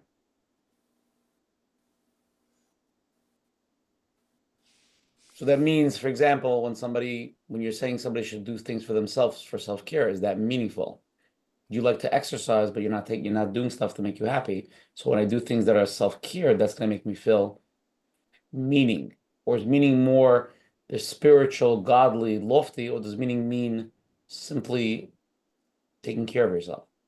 I think what Frankl is referring to is this wonderful opportunity every moment to experiencing something new that God created, something in the world. That's what he was looking for, a positive attitude towards life. There's opportunities. He has a one scene where he says in the camps, what would be meaningful would be seeing a bird fly in when the sun was rising. Like small things that you and I wouldn't notice. He was able to say, oh, that's the meaning of life right there. That's a purpose to live for. That beautiful bird, the possibility of another sunrise. Maybe I could fly away from here at some point. And so what I'm talking about in exercise was just finding activities. Listen, the greatest threat to our children, you know what the greatest threat to our children today is? It's this. This is the meaninglessness we're facing. The addiction of our children shackled to their cell phones. Children today are experiencing the reality electronically, digitally, and now with AI, they're not even speaking to human beings anymore. So I think when I mention like sports and leisure, I'm trying to get back to healthy activities, which are meaningful if you look at it in that way. I mean, that could be, the meaning of it could be self-renewal. The meaning of it could mean learning Torah more effectively after the exercise. You could find meaning in almost anything you do as long as it's kosher. That's what I was referring to, is try things instead of focusing. You have to understand, I'm a psychotherapist dealing with very depressed people with terrible trauma. And Roshi was talking about this before as well. I mean, I often suggest to my clients to start exercising because I just know what it does to the human mind, the mind-body connection. So I try to frame exercise as an activity that's beyond the self. Instead of focusing on the self, what's wrong with me, I often find my clients exercise and start feeling better about themselves. And they also connect to other people, and they connect to nature. If you're jogging or swimming or biking, you experience more joie de vivre, more life. So I think that's what I was referring to as a meaningful experience.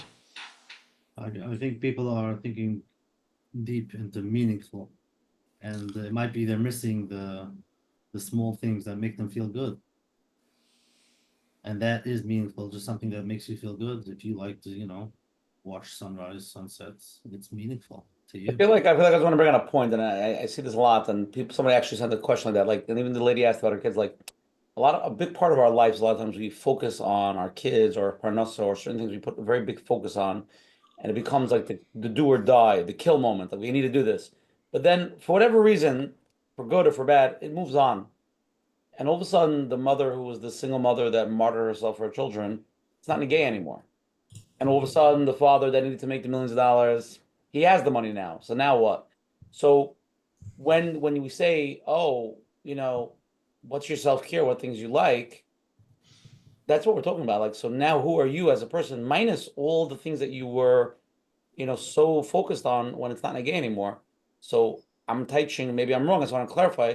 So it's meaningful, when we're saying a meaningful life, a meaningful purpose, we're not talking about connecting to spirituality and God and davening with more kavanah. We're not talking about that specifically. That is a connection, and that is a great connection. People could tap into that. But we're talking tapping into the meaningful of myself, of, I don't use the word pleasure, Correct. but we're talking about meaningful, the things that I like to do and things that make me feel more than just my problems. Exactly. That's exactly what we're talking about. There's opportunities for meaning, according to Frankl, at every moment all around us. Depends if we want to engage in those moments of meaning, but they're all around us. And they sure are better than their cell phones. They sure are activity. I'm talking about sports as just a muscle for an activity which is healthy, which is beyond the self. I think it's just very healthy. I think it brings people to higher emotional. I just want to make sure everybody understands this. So what we're really saying is that a person should really focus on themselves and really, without the things that they're driven for, what would make them feel purposeful, meaningful, or good. So if somebody likes to travel and they never did it because they're busy raising their family or they didn't have the money at the time and now they could, they should go travel. And that would make them feel a sense of Alive. connection to themselves, alive. Okay?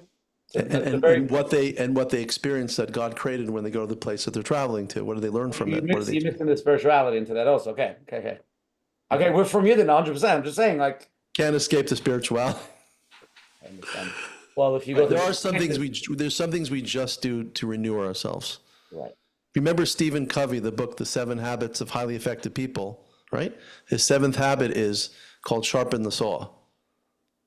He brings a mushel of somebody who's trying to saw down a tree. He's going back and forth, watched him for 20 minutes, and he wasn't getting through the tree.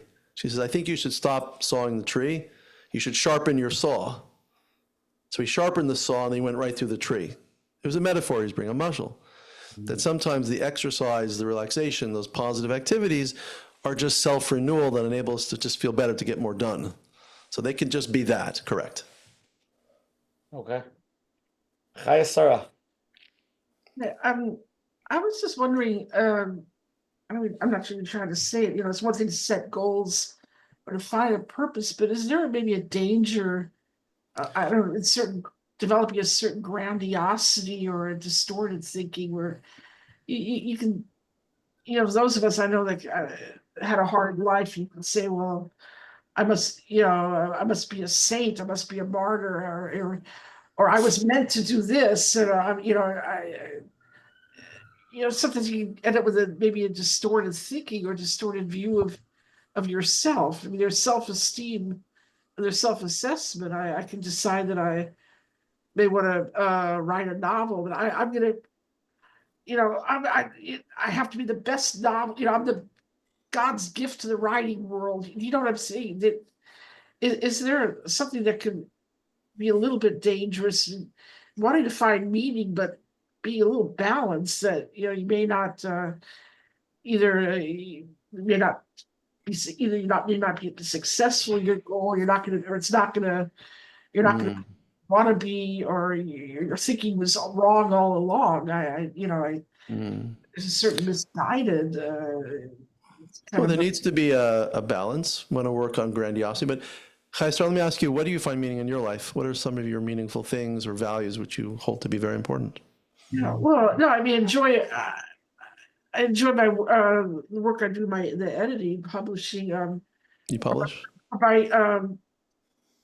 I also work in a library to sort of pay my bills, but I review books. I feel good when people read them or donate and recommend just anything to help promote Jewish values. Mm. I'm the best writer on the planet, but I just enjoy I do find it meaningful when after I've read a book, donated to the library or You do? You donate books to the library?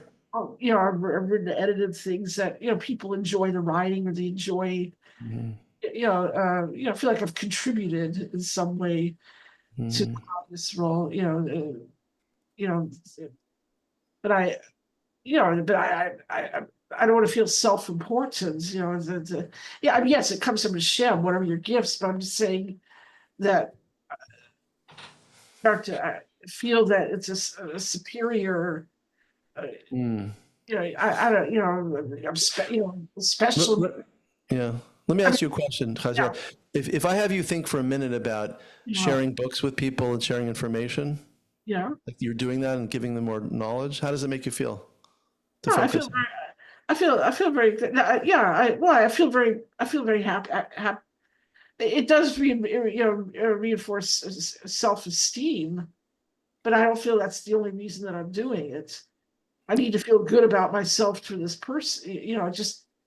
I always feel flattered if somebody, likes what I wrote or did, but I don't want to, I try to keep it a certain I don't know, maybe perspective. And when do you believe it crosses over into grandiosity? That's what I'm wondering. And that's just, I can start to feel that, wow, I'm really meant for this. And this is my, meant to, I go back and forth with this. Don't get me wrong. I do have, the self-esteem issues. Sometimes I just feel I can't do anything or value. And other times, you can, feel this, not power isn't really the word. I'm just, but there's a certain grandiosity to say that, wow, I can do this, or, so I know this is one thing we want to strive higher, but I have to be. You want to ground yourself as you do it, you're saying. I'd agree with that. You do want to ground yourself, yes. Yeah. How do I stay grounded? I'm a little bit like a balloon on a string, I guess, but you just say you want to find meaning, but sometimes I don't want to start encroaching. I don't want to make anyone a mitzvah point or, people have tried to do that to me. I don't want to, drive people crazy with my own, too much idealism. Too much ego. I don't know everything in the whole wide world. You don't want to be like you're fulfilling a meaning on their, on them, so to speak. Okay. Yeah, being obnoxious, basically. You want to find meaning, but without, staying grounded, but staying in your lane in a certain sense. I don't want to encroach. That's reasonable. Respectful of the other person as you find meaning. Yeah, I agree. But am I denying myself any meaning? Am I diminishing myself by trying to stay grounded, or just remember you're not smarter than anyone else. You're not I think those are good values. Humility is important. As you give, you maintain your value of humility. I think that's reasonable. I just worry about any distorted thinking, because I can easily. I went through a lot in my past where I could think, well, maybe I'm so special that this is why, there's only special people. I've heard that over and over, and I think, no, I don't think I'm that special, that, or no, how to, how to keep I don't know how to keep maybe a stable view of things, or just. So I don't know if it doesn't contradict with wanting to find meaning, I guess. Does it? Right, it doesn't contradict that, right? You just want to make sure you're grounded at the same time. Yeah. Rabbi Neil, are you concerned in your practice that when you talk about finding meaning, that people are going to be walking around, this is my mission, and then wow, you know, I think, because I think most of us need to hear how good we are, because yeah, below, we have to build ourselves up. yeah. Yeah. Now, most of my clients don't overdo it, so to speak. Usually they just do a little bit and they start feeling better. I don't find it to be overwhelming to them or moves towards a sense of grandiosity. So we have to monitor that, I guess, but most people really do take on a few activities that are more meaningful, and they do start feeling better. So I haven't seen so much grandiosity emerge from it professionally. And just another question before we go to closing. I'm just wondering, what does Viktor Frankl talk about the inner child? Well, I'll tell you exactly what he said. It's remarkable. So he wrote another book that you guys don't know about. It's called The Doctor and the Soul. Not as popularly known as Man's Search for Meaning. And it was a manuscript. It was his great manuscript that he wrote. He's going to show everybody what is logotherapy. And so he took his manuscript in his jacket to Auschwitz.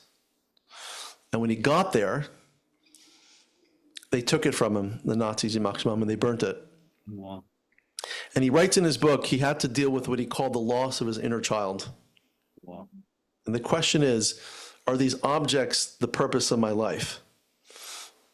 And he had to overcome that.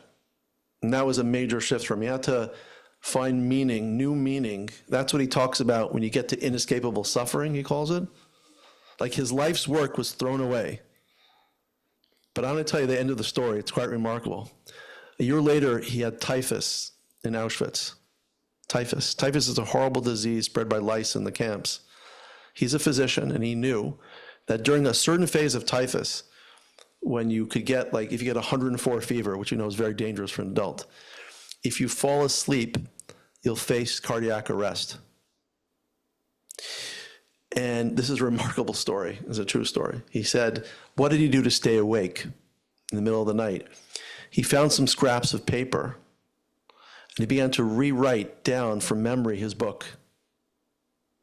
He says that desire to write that book, that desire to create, the desire to produce something of meaning kept him alive that night, and he didn't die. And then he discovered why his inner child died. It was to discover a higher self. So now, in terms of, Viktor Frankl, and you're talking about IFS now, and inner children, I do add on to one other part that Dick Schwartz doesn't talk about. I came on to talk about IFS in July, but I did add on a part to IFS. And that part, so to speak, that part was the future self as well. So I believe there's another part there, another part. And I asked people in my book to access and speak to the part of themselves, which is what I call their future self. It's a different part of the self. It's a different part of the self. It's the future self. And so at the end of the book, I have you talk to that future part. I've never seen Dick Schwartz do that. So I ask a person, I'll just give you an example. I mentioned it before, but I'll do it again. I ask them to ask your future self. Now, who's your future self? It's you in your 80s or 90s. Your wise self that's lived your life. Ask your future part of yourself, it's just a part, right? There's childhood parts, now there's an adult part, the retired part of yourself. Ask that part if you're now in your life aligned with where your future part wants you to get to. And consult with your future part. So I kind of added on to IFS with logotherapy, talking about this extra part of us, the future part which guides us. And by the way, I think you could speak to your inner child. You could also speak to your future self for guidance. So I brought these two systems together. But again, logotherapy in my book, Viktor Frankl and Psychology of the Soul, we don't contradict all the other forms of psychotherapy. Logotherapy comes to, as Frankl says, to complete psychotherapy. So again, all these forms of psychotherapy are fine. I'm not a person so dogmatic and say that doesn't work and that doesn't work. I think they work. I think EMDR is powerful. I think somatic experiencing is powerful. I've trained in these modalities. And I believe IFS is extremely powerful. That's what I spoke about a few months ago. But all these systems are missing the completion which is what I think Viktor Frankl added, was the meaning of life, the logotherapy and bringing meaning into your life. Even beyond IFS, at a certain point, you want to go beyond your parts. You want to go beyond yourself to access meaning through loving, through experiencing, through changing attitude. So again, we can put together all these systems very well. One does not deny the other. Okay, Murdik, let's go to the closing segment over here. Again, a big thank you to Daniel Schonbuch for coming on tonight. Tremendous topic, chizik, and hopefully everybody can take this and grow with it and to the next level. Again, tonight's share is 211. If anyone wants to join the WhatsApp chats, you can WhatsApp us. WhatsApp me at 732-314-1710. And I can send you the community chat. You can go to menachemberfeld.com and sign up for the emails of the replays and all the shiurim. Again, every Sunday night at 9:30 on the Zoom ID with many different programs and shiurim. Next Sunday night, December 8th, we'll have a powerful program with world famous motivational speaker, Dr. John DiMartini. The subject is Master Your Life. Learn to manage your responses to clear distracting emotions and empower yourselves. It should be very powerful. Please join us. If anybody has any questions, you can email coachmenachem@gmail.com. Everything's recorded and will be on menachemberfeld.com. If anybody has any questions, email him. Again, to share is 211. If you want to listen to it you can listen to it on YouTube, on all the podcasts, on Apple and Spotify and that, and all the Jewish ones, 24/6, and whatever the other ones there are. We have a phone number as well. If you want to listen to this on the phone, it's 732-305-9011. That's 305-9011. Daniel, just a few questions, and before you're closing, and then Menachem, then you're closing. But a few questions. Number one is, if you could post a link where people can buy your book in the chat, people appreciate that. And any contact information that you want to share with anybody, email or anything, if you want to, or website, people want to get in touch with you. Well, the best way to reach me, I'll put this on the chat, is my website is called torahpsychology.org. And I think people should go to my website. I'm posted on the chat right now, torahpsychology.org. And there's information about my book and my coaching classes. I'm starting a new program December 16th, the Viktor Frankl Transformational Life Coaching Program. And you could read about my book and watch a video about my book on torahpsychology.org. So that's the best place to reach out to me. Where can they buy the book? Oh, so the book is available on Amazon. So they just go to Amazon. You go to my website, you'll find a link to Amazon there, or just go to Amazon and they just put in Viktor Frankl, Schonbuch, Viktor Frankl Psychology of the Soul. It's available on Amazon. Okay. And it's only $12.99. So I think it's pretty affordable as well. Yeah. Okay. So again, thank you to all the advertising sponsors for promoting us. I'm going to go to closing. I'll go first, Menachem, and then Rebbe Daniel will leave it to you. So again, tonight's topic is obviously a very powerful topic. It's really taking our encompassing the whole therapy into a much higher level than, let's say, basic level. I think a lot of people do go to therapy and they spend a lot of years and they feel a certain sense of like non-accomplishment or, dwelling in the past, partially, which again, we have to do that for certain parts of trauma, and things that we need to do. But there is another level of therapy, and that's looking forward and in our belief system and growing and trying to make ourselves better. I would love, I don't know, for Daniel, if you'd be okay with that, maybe send Menachem a little bit PDF of just the worksheets. And maybe we could send out like a few of those exercises to our crowd, to do the 30-day Rebbe Daniel challenge and see if you feel a little better, just to see if, these concepts really will help you. That would be amazing if we could do that. But at the end of the day, we really, at the end of the day, we're forbidden, and we know that it's all spiritual. We know that, and nobody should misunderstand that at all. But just in a deeper sense, like therapy, there's a spiritual aspect of it, and there's a meaning aspect of everything, right? And why it happened, and why suffering happens, and if you tap into that, I think it's very powerful. Coach Menachem. Thank you, Rabbi Neil. And like we heard, these concepts together with therapy. It doesn't mean you should stop your therapists, you continue, but it's tapping into something bigger. And like we heard, even by the 12 steps, they started using spirituality, and there's something to it. If you dwell, on yourself, thinking about yourself, I think the important word is balance. Like you're saying, sur merav asay toiv. You have to have a balance. You need both.